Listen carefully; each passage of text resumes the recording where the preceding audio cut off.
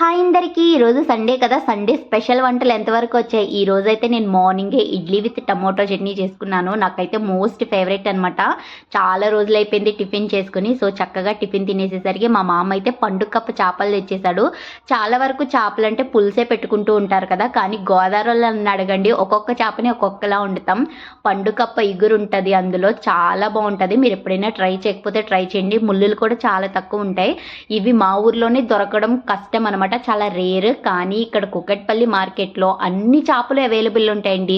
అందుకే నా pickles business కూడా అంత సక్సెస్ఫుల్గా అవుతుంది. ఇంకా పండుకప్ప ఇగురైతే స్టార్ట్ చేసేసాను.